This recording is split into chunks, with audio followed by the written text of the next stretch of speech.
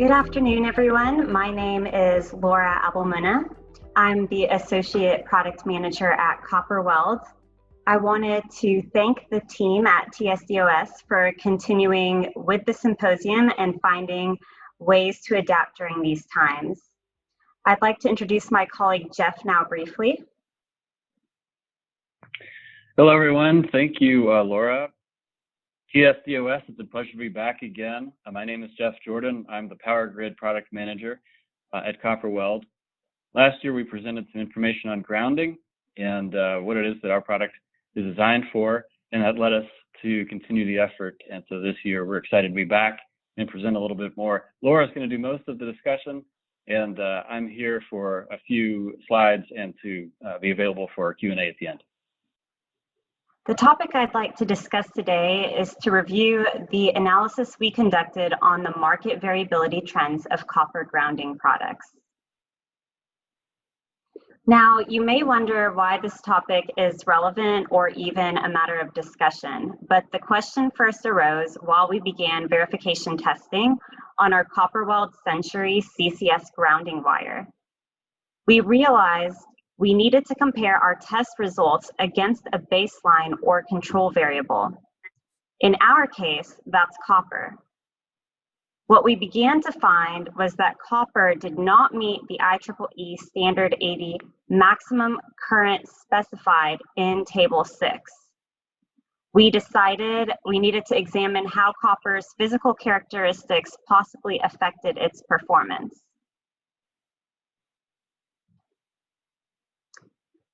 To elaborate a bit more on our previous study, we presented a paper and our findings at the CDEGS Users Group meeting last year, titled Short Circuit Performance Considerations for CCS.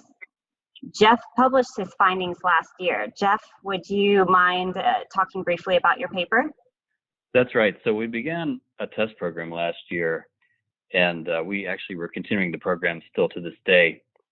The purpose of last year's paper at the CDEGS Users Group was a little different from the presentation we gave here at TSDOS. At TSDOS, we were discussing reliability and a 13% benefit that we get with the steel core. But at CDEGS, we were discussing a more fundamental problem, which is the performance that we never published in the 1960s, 70s, and 80s on real test values from the test lab, and some new test data that we're achieving today that we can compare against that old data, and then how those different results measure up against the IEEE standard 80 calculations that are everywhere, including in all of the software development programs that people use to determine their substations today.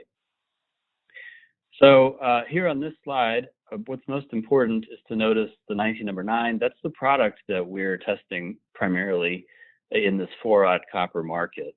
That's the product that we sell in this market. And if you'll notice, especially the top two line items, that's one shot, one sample shot twice. 1-1 and 2-1 are the same sample. And so in the first shot, we tested 33.5 Ka, that's 33,500 amps, and it survived 508 milliseconds without fusing. That is the IEEE calculated value for the fusing limit. Feeling bold, we continued on that day and took the same sample and shot it at 36 Ka. That was about a 10% increase. And you can see that it again survived 508 milliseconds, no fusing. So that sort of was startling. We were excited, of course, but what it begs is, well, what is that? How does that compare? You know, how does that compare, and what is copper performance really? So that's where we are today. Most importantly, all of these tests that Laura's going to review are at 500 milliseconds, roughly. We did 508 to make sure that we captured the full 30 cycles of time. And we just find that that's where most people look. So all of the data in the rest of the presentation basically uses 500 as an assumption, 500 milliseconds as an assumption for the time. And so, yeah, the issue is that basically our performance seems to outperform the IEEE values, and we wanted to know how does copper work as well. So Laura has presented, is presenting in this paper evidence for a control group for the larger fundamental test program that we're continuing. Laura, take it away. Thanks, Jeff. So this led me to the question, how does copper's physical characteristics impact its performance? So for the purpose of our study, we collected samples from various distributors throughout the country from coast to coast to get a good variety. The goal was to diversify the type of manufacturers in our sample set. We also wanted to have overlaps of the same manufacturer type to examine multiple reels within that same set. So in no specific order, I came upon CME, Nearing, Southwire, Republic, Cerro, and Encore, which are all leading copper manufacturers. For the purpose of our study, the brands were coded only to help identify the patterns. The samples collected varied in stranding type, but we targeted sizes 4/0, 2/0, number 4, and number 6 in order to gather insight on 2 differing applications. In this case, we focused on substation grounding and pole grounding. Again, we needed a guideline to measure our results against, so we focused on these 4 standards. IEEE Standard 80 references safety and substation grounding with expected short circuit rating for copper wire. ASTM B3 focuses on annealed solid copper wire and its properties for manufacturing standards. Both ASTM B8 and B787 focus on stranded copper wire. One is concentric and the other is 19-stranded unilay. However, both these standards use the same Table 1 for reference, which you'll see throughout this study. So to conduct our analysis, we cut the samples to approximately 2-foot length. Using a laser micrometer, the diameter of the overall strand was measured as well as the individual strands, which were taken apart and also measured. We also measured resistance using a resistance bridge, and brake load for each strand was actually measured using the Tenius-Olson testing machine. From there, we then extrapolated that data to calculate the cross-sectional area, the tensile strength, and the short circuit performance. Now, these images are taken from our test lab, so these are the actual equipment that was used for testing. I want to begin with some larger sizes applicable to substation grounding. The results for the 4/0 substation grounding application are shown. To quickly walk you through our table, each sample was numbered and sorted by the brand, as you can see on the left. Again, you can see the brands are coded so as not to bias the results, nor did we find that it should impact our results. Depending on the brand availability determined the luck of the draw for how many samples of each we were able to collect. So here you see 4 differing brands labeled A through D. The next column shows the various stranding, in this case 19 and 7 strand. Then we have the overall diameter based on our measurements. We used that data collected to calculate the cross-sectional area and the short circuit rating. The brake load of each individual strand was measured, and then the total was then summed. What we see here on the far right is the IEEE Standard 80 using Table 6, which shows a short circuit rating of 44,000 amps, or as we like to say, 44 kA for 4/0 copper wire.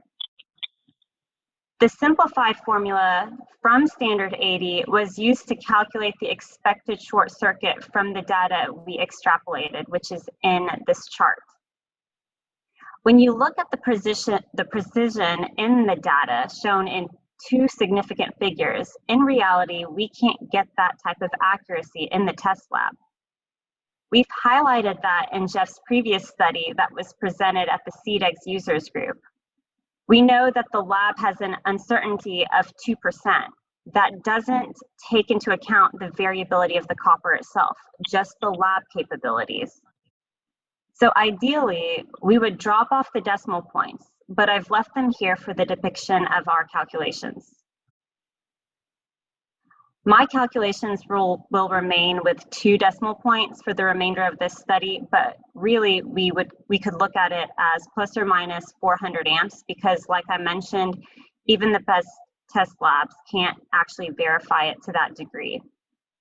Regardless, as you can see, none appear to match the expected 44 Ka short circuit expectation from Table 6. From our samples, 4-aught wire shows an up to 8% variability range from anticipated short circuit results. This is pretty much the same slide. Here now, we are just looking at the cross-sectional area and the diameters. Now we examine ASTM B8 and ASTM B787 standards. Both reference the same Table 1 and required the cross-sectional area to be within 2%. Basically, if you look at the highlighted table in yellow above, and you see that the cross-sectional area needs to be between 211.6 and 207.4 kcmil, we found that 4 of those samples fell out of that range, which are circled in red. These are concerning to us because they are smaller than the lower range allows for, and yet we only did a small sampling. On the other hand, we had 2 samples that exceeded that upper limit as well. You can see 212 and 211.9.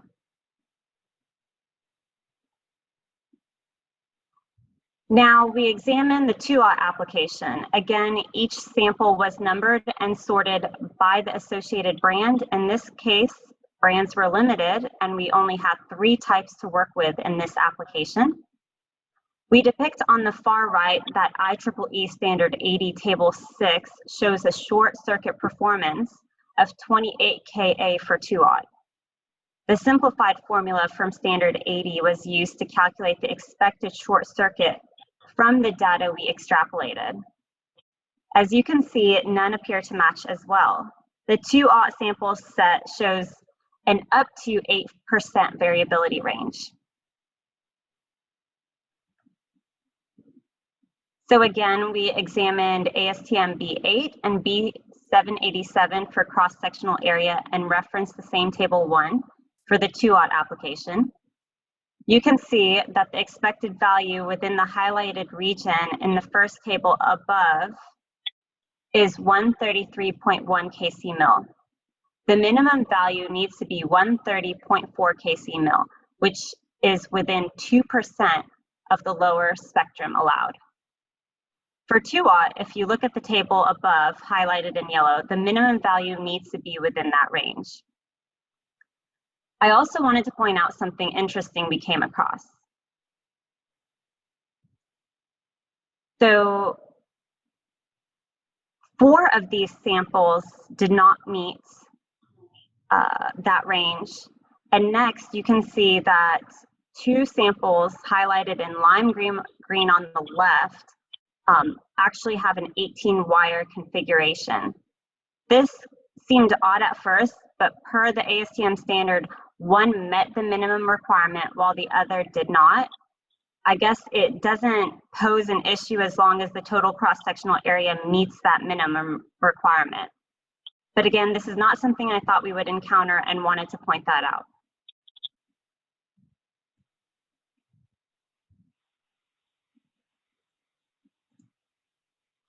So based on this limited study, what we found was that 40% of the samples tested out of spec for the substation grounding application in both 4-aught and 2-aught wire sizes. 2 wire samples met or exceeded the upper limit and the remainder met the lower limit. None of the samples met the ultimate short circuit rating in IEEE Standard 80 Table 6. For 4-aught sampling, we had a 3 to 8% variability range from the expected IEEE value in Table 6, and for 2-aught, we had a 4 to 8% variability range.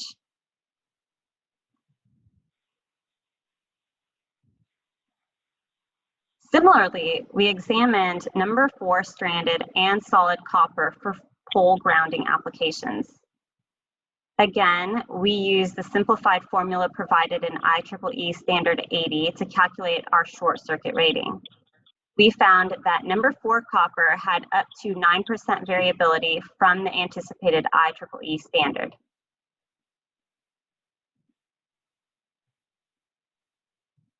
We also examined the ASTM requirements. In this case, we used ASTM B8, which was examined for concentric lay stranded copper, similar to what we reviewed in our 4-aught and 2-aught samples. But we also reviewed ASTM B3 for annealed solid copper for the single end options. We found that 3 of the number 4 samples did not meet the limit of 40.91 kcmil minimum range, which you can see it needed to be between 41.74 and 40.91 kcmil based on the standard requirement highlighted in yellow. And for ASTM B3, the standard requires that the diameter be plus or minus 1% of 0.204 inches, which we referenced from the AWG wire guide. So it did not need to be less than 0.2023 inches, which you see calculated in our chart highlighted in yellow.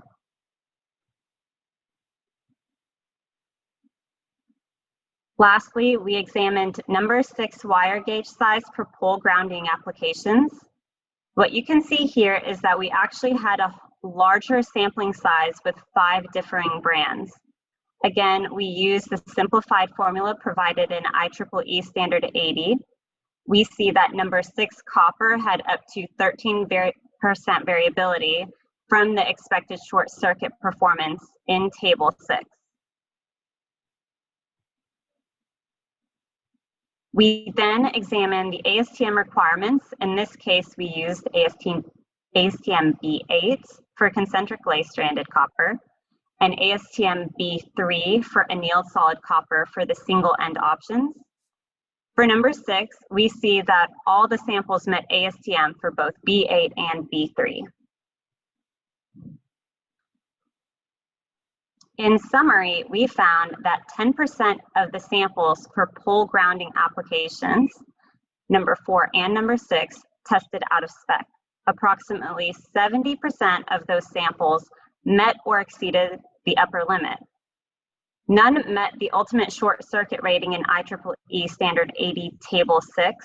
We found that number 4 copper wire samples had a 3 to 9% variability range, and number 6 copper wire had a 10 to 13% variability.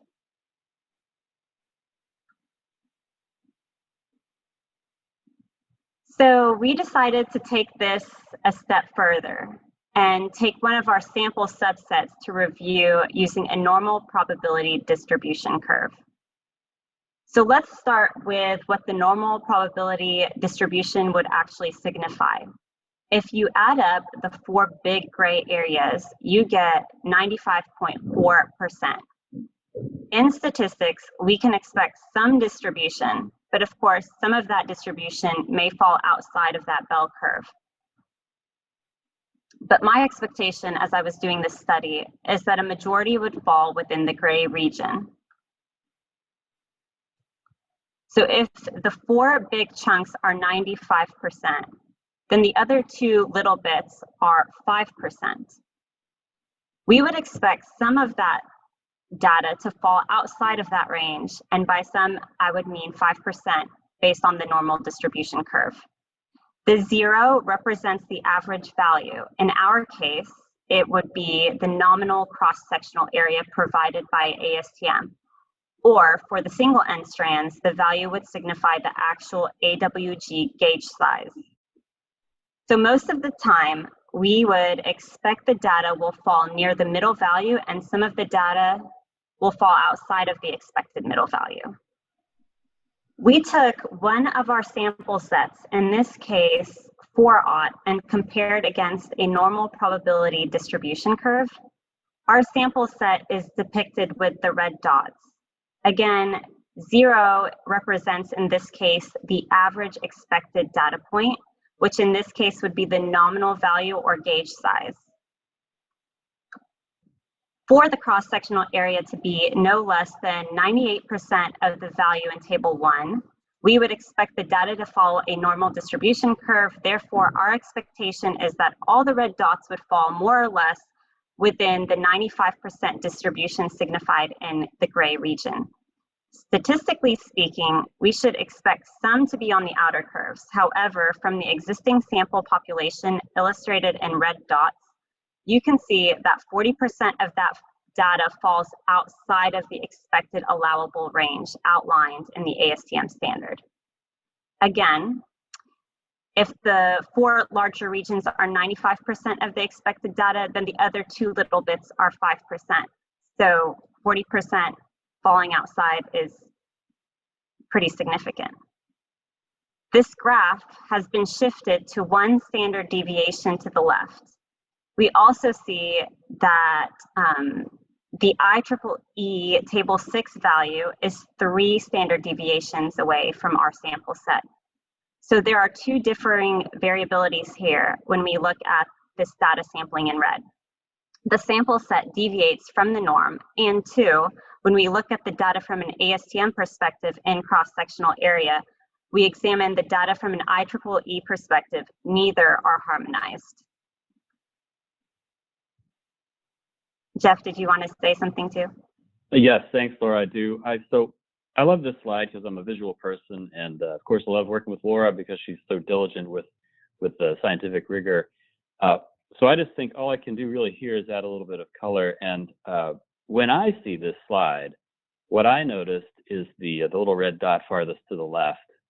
And so you know, we found it. I mean, there's a couple ways to look at this, but basically one way, sort of humorous, you know, it's like we stuck a shovel in the trunk of the car, drove out to California, and went to the bend in the river, dug out a little bit of sand, sifted it, and found a nugget of gold. First try, right there. It's way outside of the norm. It's not to be expected, and so you know it's kind of a drop the mic moment. Obviously, another way to look at it is we shouldn't be finding that lump of gold so quickly, and so it could be an issue. I think the biggest and most important takeaway for me is that as we're trying to establish this baseline condition on what copper performance is in the field, it's interesting that we're finding copper well to test above the ASTM calculation, and here we're finding probably normal commodity sort of performance. We're finding that copper tends to be on the lowest side of the acceptable ASTM range, and then surprisingly some things are outside of that range. So you know, that's the issue, is that we're beginning to see a trend in opposite directions. With that, I think I'll let you take it away again, Laura, and explain the details of the data in each of the different groups. Thank you. Yes. So I wish I had more data, but here is the data that I do have, and you can see it's starting to trend into the shape of a bell curve. I'm showcasing all 4 different applications here, 4-aught, 2-aught, number 4, and number 6. So we've consolidated this data. We examined what the probability distribution curve looks like for the remaining samples in each subset. And you can see the data is starting to trend into what looks like the shape of a bell curve. We plotted this data and drew the best fit curve to depict where the values may fall. If we were to continue this study and we had more data, we would expect that the rest of the remaining samples would fall in line with the normal probability distribution curve in each sample subset. What we concluded was that yes, there is variability in the copper grounding market. We show a variability of up to 13% from the IEEE short circuit standard. Approximately 25% of the samples did not meet the ASTM spec. However, what this data tells us is that further study is needed. A larger sample size with more experimental replications within each subset is needed in order to have more statistically significant data. So as a result of trying to establish this baseline for ourselves, we found that copper has a range in performance in short circuit, and that's because there is a range of allowable diameters per ASTM standards. In that range, we found that commercially available copper is in the lower range of the ASTM spectrum, and some even may fall outside of that. Maybe this is okay, however, this was not what we were expecting throughout our study.